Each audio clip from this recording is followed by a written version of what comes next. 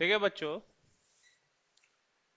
हम लोग का लूसेंट का कितना पेज चल रहा है बच्चों? अभी 470 ही चल रहा है।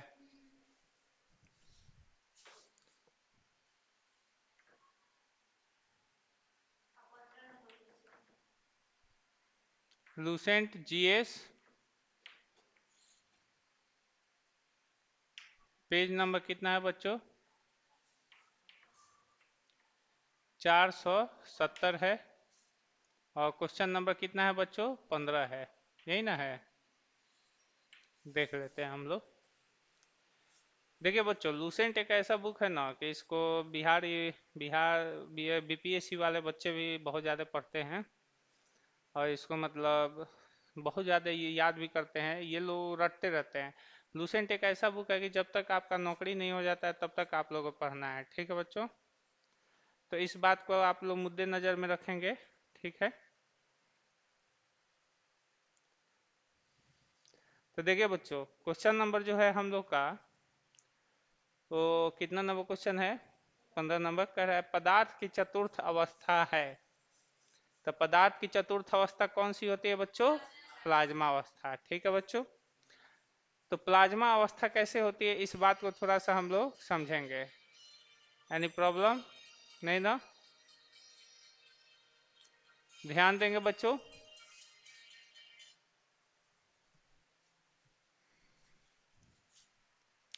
देखिए बच्चों, हम आप लोगों को समझाए हैं कि ये हमारा जो संसार है बच्चों, संसार दो चीजों से बना हुआ है।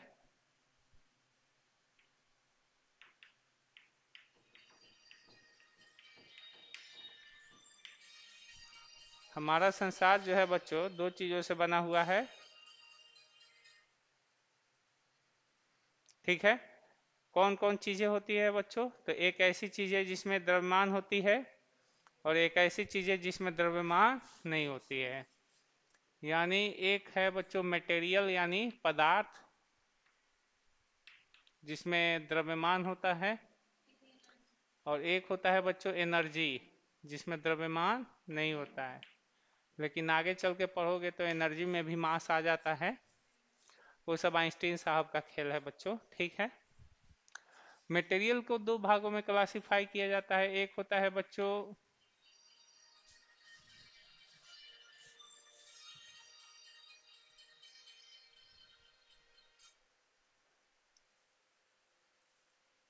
देखिए, मिक्सचर जो होते मटेरियल जो होते हैं वो दो फॉर्म में होते हैं बच्चों।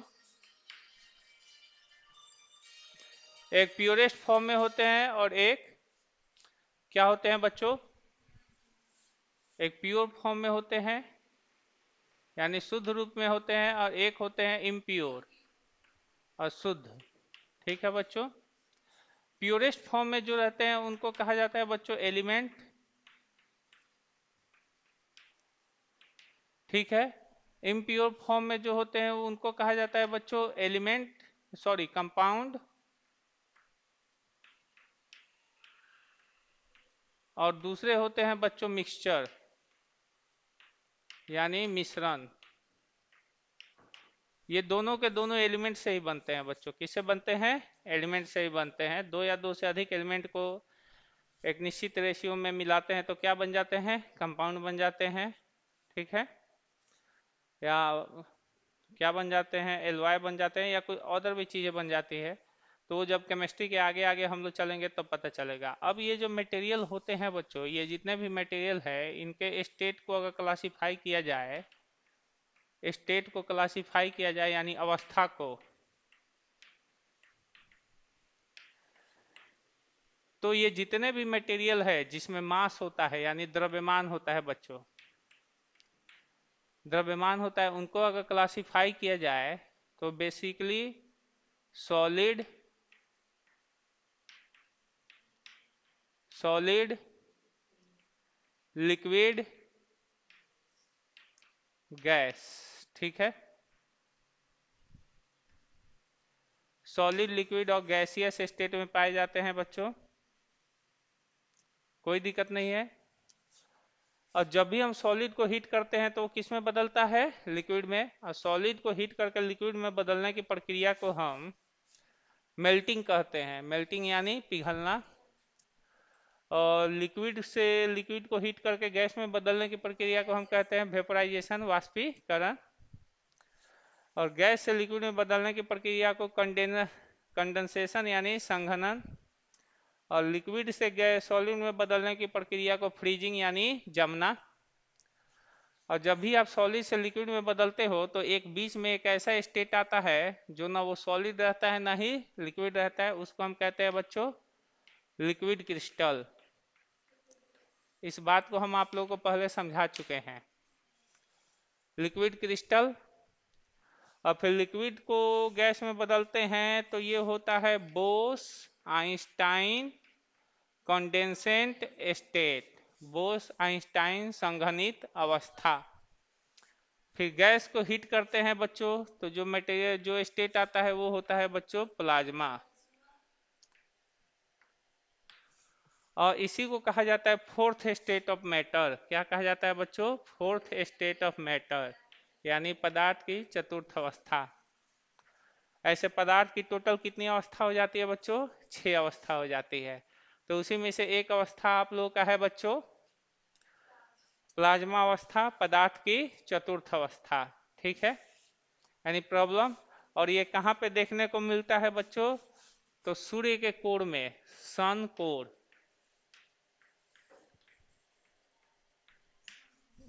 सूर्य के कोर में यानी सूर्य के केंद्रीय भाग में हमारी हाइड्रोजन गैस जो होती है, हाइड्रोजन गैस, वो प्लाज्मा स्टेट में रहती है। किस स्टेट में रहती है? प्लाज्मा स्टेट में, गैसियस स्टेट में नहीं रहती है।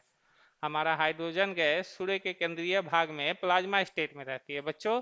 इस बात को आप लोग एकदम नोट करके रखेंगे बच्चों, ठीक है। अब अगला क्वेश्चन हम आप लोगों को दिखा रहे हैं बच्चों।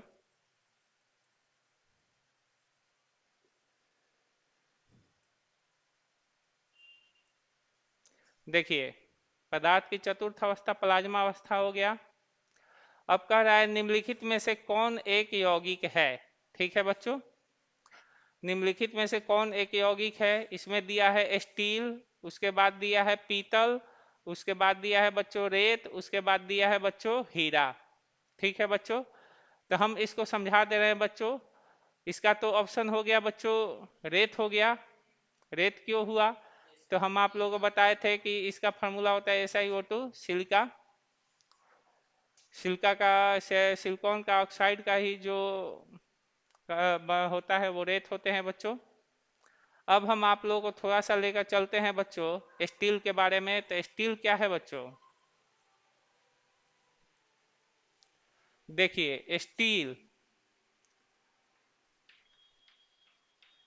स्टील जो है बच्चों एलवाय है। एलवाय यानी मिश्र धातु। क्या है बच्चों? मिश्र धातु है। मिश्र धातु है। मिश्र धातु किसे कहते हैं? तो दो या दो से अधिक धातुओं को एक निश्चित अनुपात में मिलाया जाता है तो क्या होता है बच्चों? मिश्र धातु बनते हैं। तो क्वेश्चन उठेगा कि दो या दो से अधिक धातुओं को मिलाने से मिश्र धातु बना, तो अधातुओं को मिलाने से क्या बनता है? तो अधातुओं को मिलाने से कंपाउंड बन जाता है। जैसे कार्बन को ऑक्सीजन में मिलाओगे तो कार्बन डाइऑक्साइड, हाइड्रोजन को ऑक्सीजन में मिलाओगे तो जल बन जाएगा, लेकिन धातु को धातु में मिलाओगे तो कंपाउंड नहीं बनता है, एलवाय बन जाता है। ठीक है, यानी मेटल को मेटल में मिलाते हो,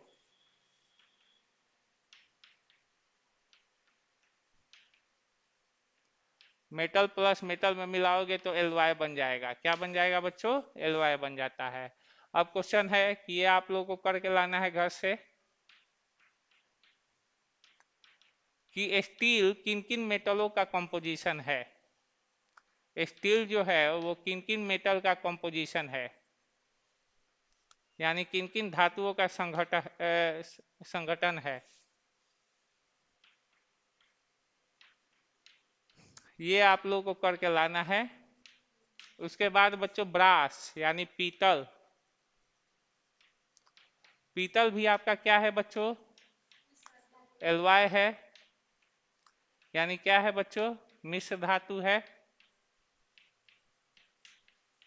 ठीक है, पीतल भी आपका क्या है बच्चों, एलवाय है यानी मिश्र धातु है। इसका भी आप लोगों को मेटल कंपोजिशन निकाल के लाना है कि कौन कौन सा मेटल कितना परसेंटेज में इसमें है। ठीक है, उसके बाद आता है बच्चों सैंड यानी बालू या रेत कहो। तो रेत आपका कंपाउंड हो जाता है क्योंकि इसका सूत्र होता है बच्चों SiO2 सिलिका। तो ये आपका कंपाउंड हो जाता है। उसके बाद आता है बच्चों डायमंड। डायमंड जो होता है कार्बन का क्रिस्टलाइन एलिट्रोप है।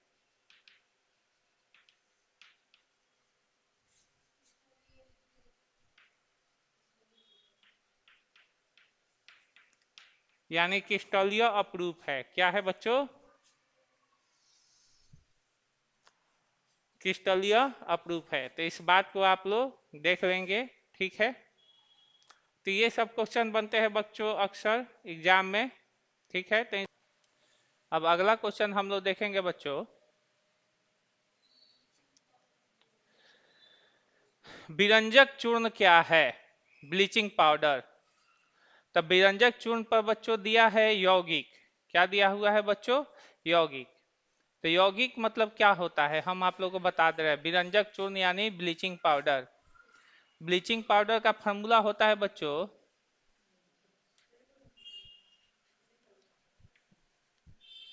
ब्लीचिंग पाउडर का फॉर्मूला जो होता है बच्चों, देखिए ये जितने भी हम क्वेश्चन दे रहे हैं कि मतलब इसमें मेटल का कंपोजिशन क्या होता है, ये अक्सर एग्जाम में पूछ दिया जाता है कि स्टील किन किन। आगे चल के पढ़ोगे ना बाबू तो सब मिलेंगे आपको, लेकिन फिलहाल पहले से ही हम लोग प्रिपेयर करते चलें तो अच्छा रहेगा।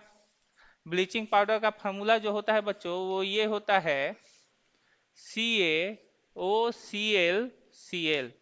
ठीक है, CaOClCl यही होता है ब्लीचिंग पाउडर का फार्मूला, जिसका काम होता है बच्चों गंदे पानियों का साफ करना या कीड़े मकोड़े को मारने में इसका प्रयोग किया जाता है ब्लीचिंग पाउडर का। ठीक है बच्चों, सबसे ज़्यादा तो पानियों को ही साफ करने में इसका यूज होता है ब्लीचिंग पाउडर का। तो इसका यूज कहाँ पे होता है, तो वाटर प्यूरिफायर के रूप में। किस रूप में बच्चों, वाटर प्यूरिफायर के रूप में और जर्म्स को मारने में। ठीक है ना, आप लोग लिख लेंगे वाटर प्यूरिफायर के रूप में और जर्म्स को डीएक्टिवेट करने में, कीड़े मकोड़े को। ठीक है, तो इस बात को आप लोग ध्यान में देकर चलेंगे। ठीक है, दूसरी बात कि ये यौगिक क्यों है, क्योंकि ये कैल्शियम ऑक्सीजन क्लोरीन और क्लोरीन के एक सर्टेन रेशियो में मिलने से बनता है। ठीक है, दो या दो से अधिक तत्वों के एक निश्चित अनुपात में मिलने से एक कंपाउंड का निर्माण होता है यानी यौगिक का निर्माण होता है। इस बात को याद रखेंगे बच्चों। ठीक है, कह रहा है निम्नलिखित में से कौन सा एक मिश्रण नहीं है। तो सबसे पहले दिया है बच्चों ग्रेफाइट, दूसरा दिया है कांच, तीसरा दिया हुआ है पीतल, चौथा दिया है इस्पात। ग्रेफाइट पे ही क्यों टिक मारा है, बात समझिए बच्चों। ग्रेफाइट पे टिक मारने का कारण है बच्चों कि ग्रेफाइट जो है,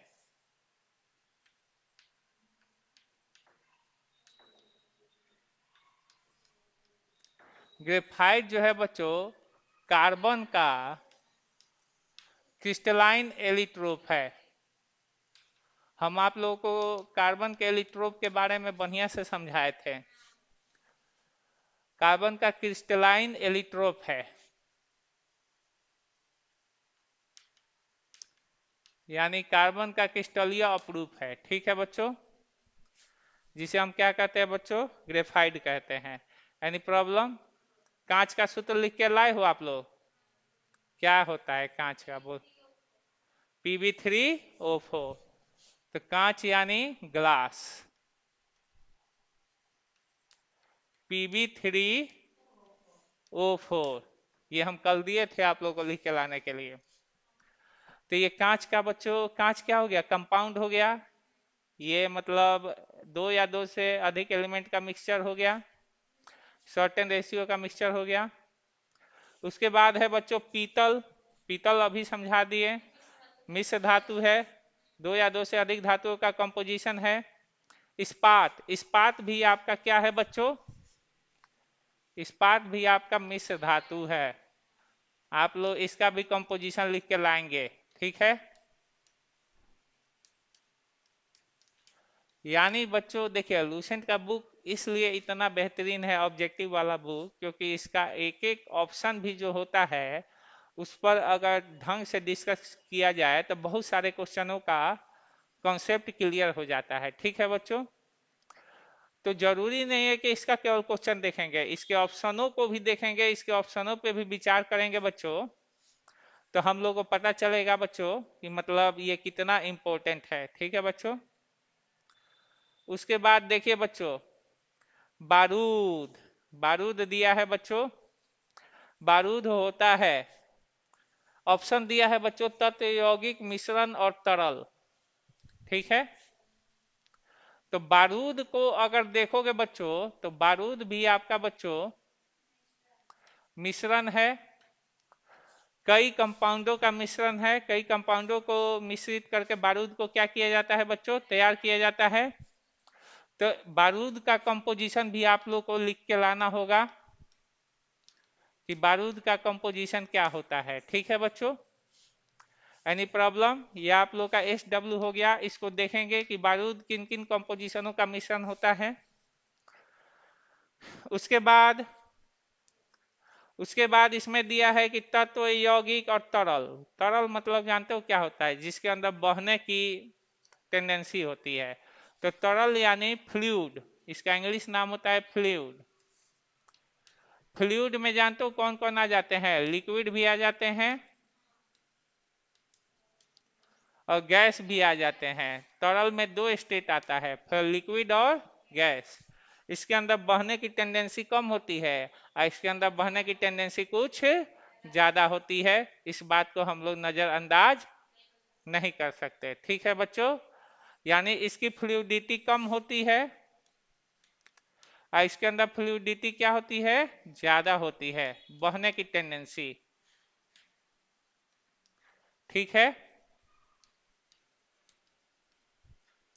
समझ में आ गया बच्चों।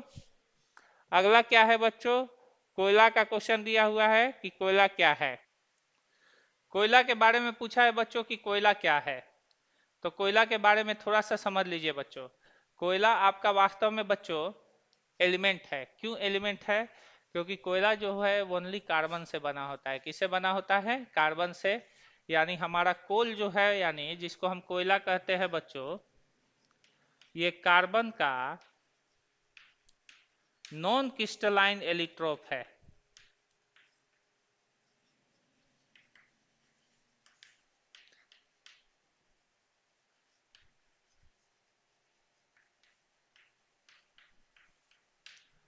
कोयला जो होता है कार्बन का बच्चों नॉन क्रिस्टलाइन एलिट्रोप है। नॉन क्रिस्टलाइन एलिट्रोप का मतलब जानते हो क्या होता है, बेरावादार अपरूप।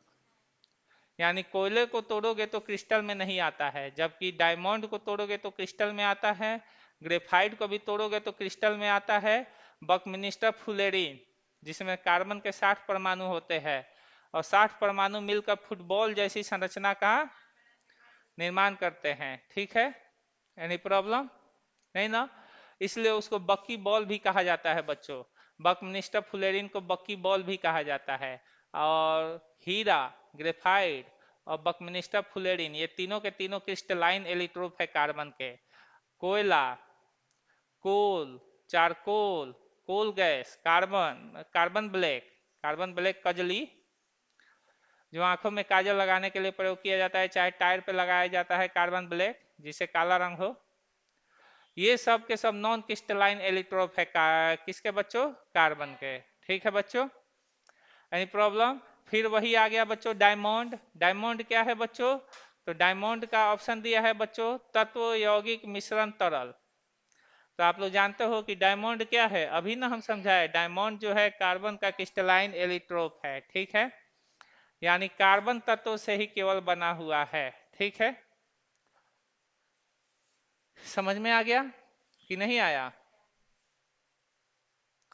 देखिए बच्चों, अगला क्वेश्चन जो दिया है वो क्वेश्चन कह रहा है, विश्व का प्रत्येक पदार्थ अत्यंत सूक्ष्म कणों से मिलकर बना होता है, यह सर्वप्रथम किसने कहा था। डाल्टन ने, कनाद ने, रदरफोर्ड ने, एवोगाड्रो ने। तो देखिए बच्चों, सबसे पहले कनाद ने कहा था। ऋषि जो कनाद थे वो वैदिक युग के ऋषि थे, हम लोग ऋग वैदिक काल के गुरु थे। उन्होंने कहा था कि इस संसार का निर्माण एक अत्यंत ही सूक्ष्म पदार्थ से हुआ है। ये सूक्ष्म पदार्थ अनश्वर है, अविभाज्य है, इसका न कोई आकार है न कोई प्रकार है, ये एक प्रकार से निराकार है। यह सूक्ष्म से भी सूक्ष्म है और महान से भी महान है। वैदिक भाषा में उन्होंने कहा था ऋषि कनाद ने। और इन्हीं के ऋषि कनाद के इस थेसिस को एटॉमिक थ्योरी के नाम से जाना गया। और बाद में जॉन डाल्टन ने एटॉमिक थ्योरी का जन्म किया। लेकिन एटॉमिक थ्योरी के जन्मदाता सर्वप्रथम कौन थे बच्चों? एटॉमिक थ्योरी यानी परमाणुवाद का सिद्धांत। एटॉमिक थ्योरी के जन्मदाता सर्वप्रथम कनाद थे। उसके बाद कौन थे बच्चों? John Dalton.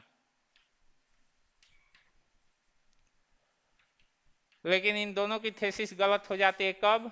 जब परमाणु के ही अंदर इलेक्ट्रॉन, प्रोटॉन और न्यूट्रॉन की खोज हो जाती है तब। क्योंकि परमाणु से भी सूक्ष्म कण मिल जाते हैं और इन लोगों की थेसिस क्या हो जाती है बच्चों? गलत हो जाती है। यही कहानी है बच्चों हम लोगों की। अब इसको आप लोग चाहोगे तो उतार सकते हो।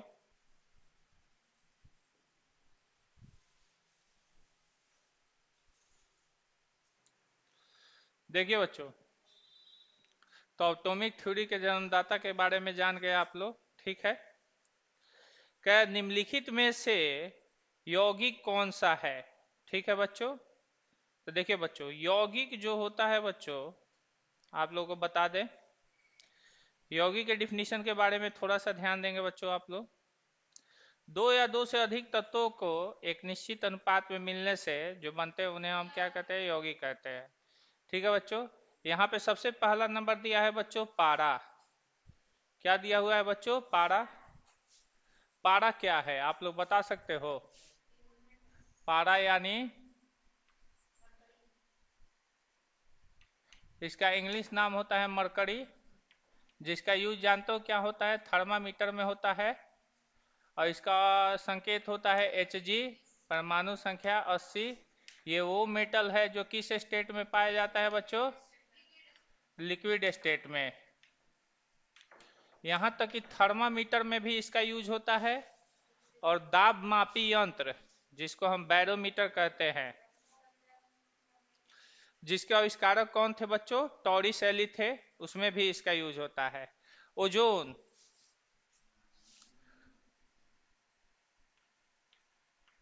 ओजोन, ओजोन का सूत्र होता है बच्चों O3। ये एक तरह से ऑक्सीजन का मॉलिक्यूल है, यानी अणु है बच्चों। ठीक है बच्चों, अणु है।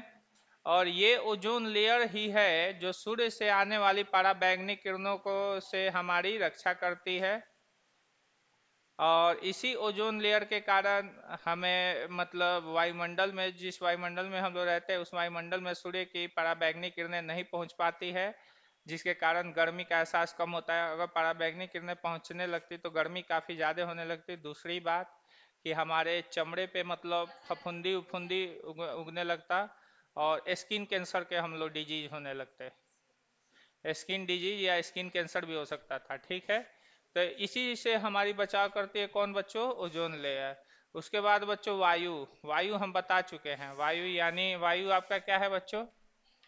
एयर आपका क्या है? एक तरह से मिक्सचर है, कई गैसों का मिश्रण है। और कल के क्लास में इसके बारे में हम लिखवाए भी थे कि इस वायु में कौन कौन सी गैसों का मिश्रण होता है। उसके बाद आता है बच्चों अमोनिया।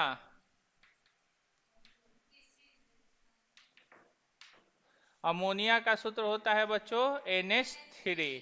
यही आपका सही ऑप्शन है बच्चों, अमोनिया। और इसको बनाया जाता है हैबर प्रोसेस द्वारा। किस प्रोसेस द्वारा? हैबर प्रोसेस द्वारा। और अमोनिया का यूज बच्चों बहुत ज़्यादा होता है, नाइट्रोजन के भी उत्पादन में होता है, नाइट्रोजन गैस के उत्पादन में भी होता है, प्लस में फर्टिलाइजर, फर्टिलाइजर यानी खाद, खाद जो खेतों में दिया जाता है उसमें भी इस अमोनिया का यूज किया जाता है। ठीक है, तो इस तरह से ये हो गया बच्चों, हम लोग की अमोनिया की कहानी समाप्त हो गई।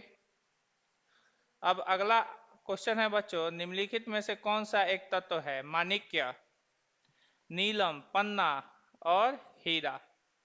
तो देखिए बच्चों, हीरा के बारे में हम बता चुके हैं कि हीरा आपका एक प्रकार से क्या है, तत्व है, क्योंकि यह कार्बन का क्या है बच्चों, रावादार अपरूप है।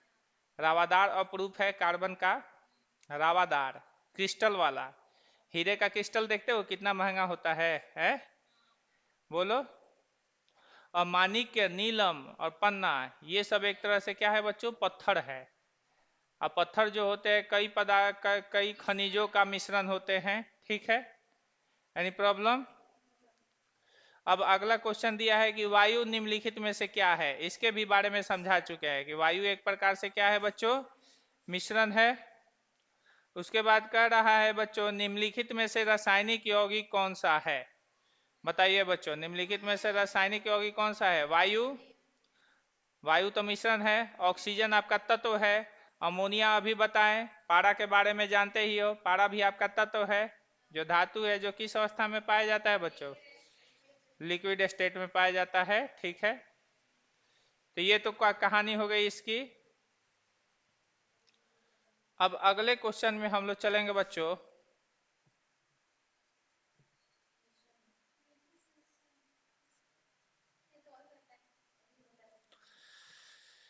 कह रहा है निम्नलिखित में कौन सा मिश्रण है।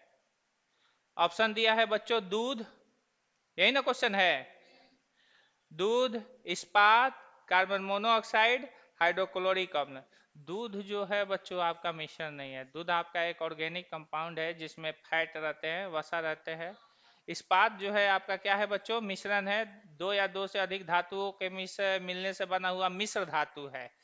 कार्बन मोनोऑक्साइड, कार्बन मोनोऑक्साइड का तो सूत्र आप लोग जानते हो, CO होता है। और कार्बन मोनोऑक्साइड कैसे बनता है, कार्बन मोनोऑक्साइड बनता है कार्बन के अपूर्ण दहन से।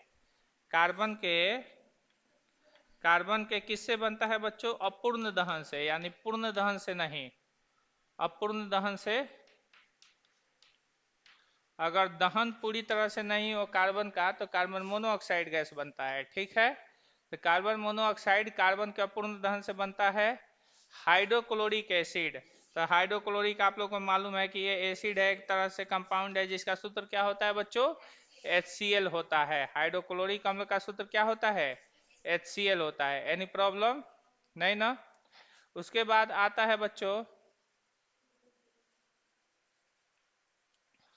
शुद्ध तत्व कौन सा है, कांच। कांच का तो, कांच तो शुद्ध तत्व हो नहीं सकता है, क्योंकि इसका सूत्र अभी आप लोग देखे, ये लेड ऑक्साइड का, ये लेड का ऑक्साइड होता है Pb3O4, कांच का सूत्र आप लोग देखे।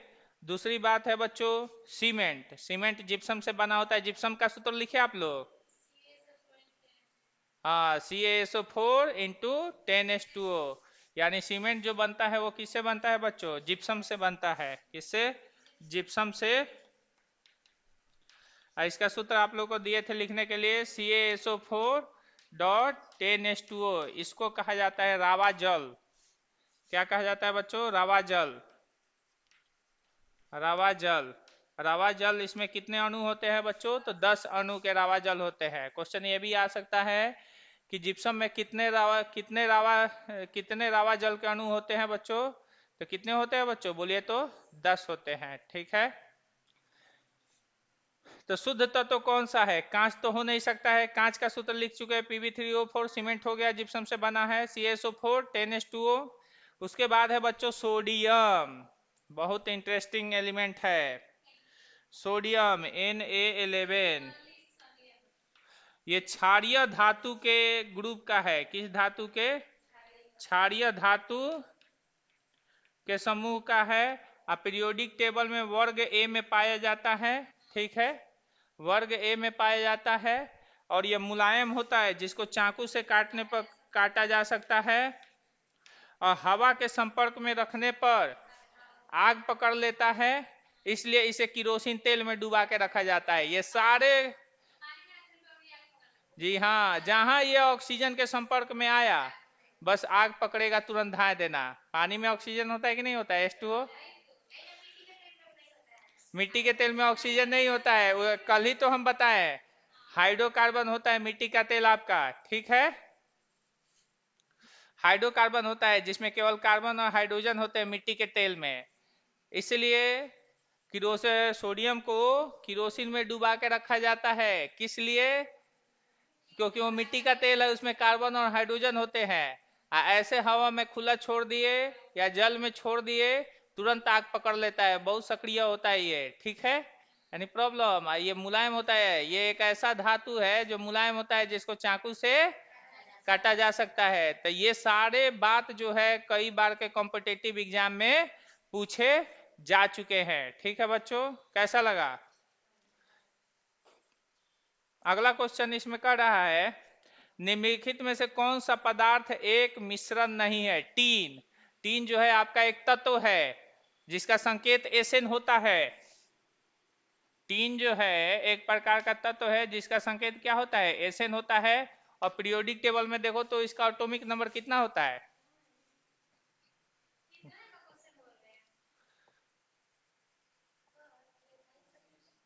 अरे 28 के बाद 29 पर अब हम लोग आए हैं।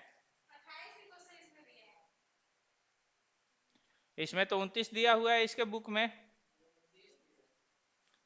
चलिए ठीक है, चलिए छोड़िए, कोई दिक्कत नहीं है।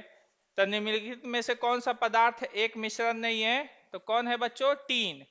टीन आपका मिश्रण नहीं है क्योंकि टीन आपका क्या है बच्चों? तत्व है, तत्व है, एलिमेंट है। पीरियोडिक टेबल में देख लीजिए इसका एटॉमिक नंबर कितना होता है। दूसरा ऑप्शन दिया हुआ है बच्चों समुद्री जल, तो समुद्री जल खड़ा होता है। और समुद्री जल किसका मिश्रण होता है बच्चों, बोलो तो? समुद्री जल, समुद्री जल में क्या मिला रहता है? H2O plus NaCl, sodium chloride मिला रहता है। उसके बाद मृदा, मृदा यानी मिट्टी। मिट्टी हम बताए थे ये पृथ्वी की भूपर्पटी, भूपर्पटी, भूपर्पटी होती है। अब भूपर्पटी में सिलिकॉन प्लस एल्युमिनियम होता है सबसे ज्यादा मात्रा में। इसीलिए पृथ्वी की पहली परत भूपर्पटी को क्या कहा जाता है? सियाल कहा जाता है। दूसरी को सीमा, सिलिकॉन और मैग्नीशियम। और तीसरे को नीफे, निकेल और फेरस। भूपर्पटी को सियाल, और दूसरी परत होती है मेंटल, मेंटल को सीमा, और तीसरी परत होती है कोर। न समझ में आया? ये भूपर्पटी हो गया।